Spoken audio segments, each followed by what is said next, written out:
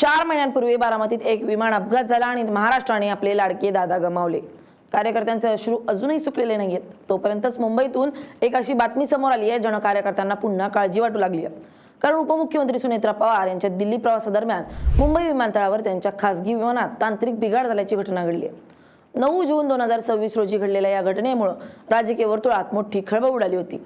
अजित पवार यांच्या अपघाती निधनानंतर ही बातमी समोर आल्याने अनेक चर्चांना आता उधाण आलंय।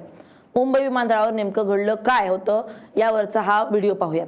नमस्कार, मी स्नेहल चौधरी, आपण पाहत आहात एलएस मराठी। 9 जून 2026च्या संध्याकाळी उपमुख्यमंत्री सुनेत्रा पवार या दिल्लीतील एका महत्त्वाच्या राजकीय बैठकीसाठी मुंबईहून रवाना होणार होत्या।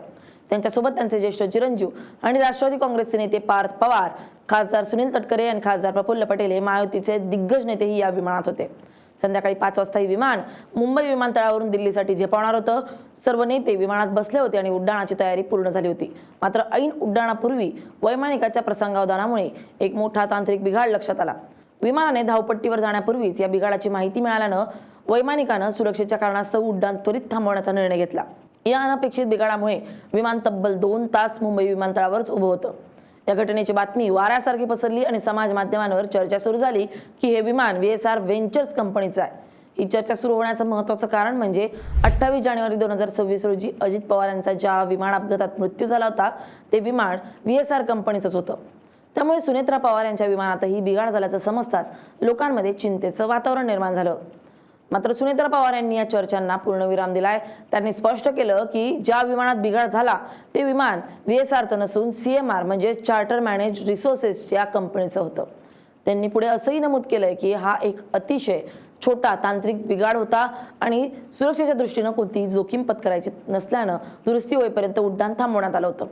अजित पवारांच्या निधनानंतर पवार कुटुंबानं विमान प्रवासाबाबत विशेष खबरदारी घेण्याचं ठरवलंय। अजित पवारांचा मुलगा जय पवार यांनी तर आपल्या आईच्या आणि कुटुंबातील सदस्यांच्या कर्मचाऱ्यांना स्पष्ट सूचना दिल्या होत्या की यापुढे कधीही VSR कंपनीच्या विमानानं प्रवास करायचा नाही। अजित पवारांच्या अपघातावेळी अनेक तांत्रिक त्रुटी आणि सुरक्षेच्या नियमांचं उल्लंघन झाल्याचे आरोप झाले होते। त्यामुळे त्या कंपनीबद्दल कुटुंबाच्या मनात साशंकता होती। 9 जूनच्या घटनेतही सुरुवातीला VSRचं नाव आल्यानं कार्यकर्त्यांमध्ये घबराट होती, परंतु सुनेत्रा पवारांच्या स्पष्टीकरणानंतर सर्वांनी सुटकेचा श्वास सोडला। 2 तासांच्या अथक प्रयत्नानंतर तांत्रिक बिघाड पूर्णपणे दुरुस्त करण्यात आला। विमान कंपनीच्या इंजिनियर्सनी विमानाची कसून तपासणी केली आणि ते उड्डाणासाठी पूर्णपणे सुरक्षित असल्याची खात्री दिली। त्यानंतर रात्री 7 वाजता या विमानानं अखेर मुंबईहून दिल्लीसाठी यशस्वी उड्डाण केलं। सुनेत्रा पवार, पार्थ पवार, सुनील तटकरे आणि प्रफुल्ल पटेल हे सर्व नेते रात्री उशिरा दिल्लीला सुरक्षितपणे पोहोचले। या घटनेनं पुन्हा एकदा अधोरेखित केलंय की VVIP प्रवासादरम्यान विमानांची देखभाल आणि तांत्रिक तपासणी किती महत्त्वाची असते।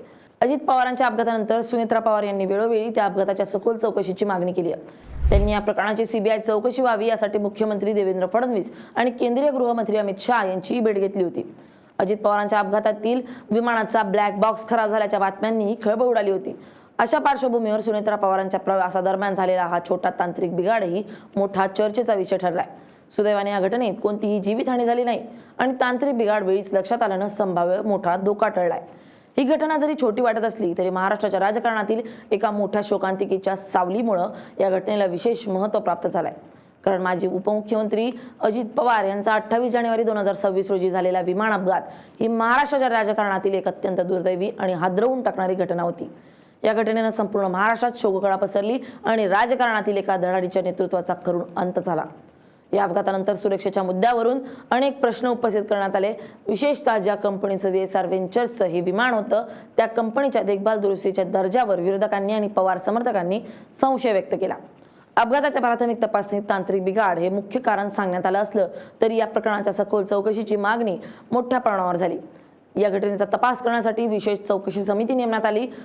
या अपघाताच्या कटू आठवणी ताज्या असतानाच अलीकडे सुनेत्रा पवार यांच्याही विमानात तांत्रिक बिघाड झाल्याची बातमी आल्यानं पवार कुटुंबाच्या सुरक्षेबाबत कार्यकर्त्यांमध्ये पुन्हा एकदा चिंतेचं वातावरण निर्माण झालंय। Bureau report, LS Marathi.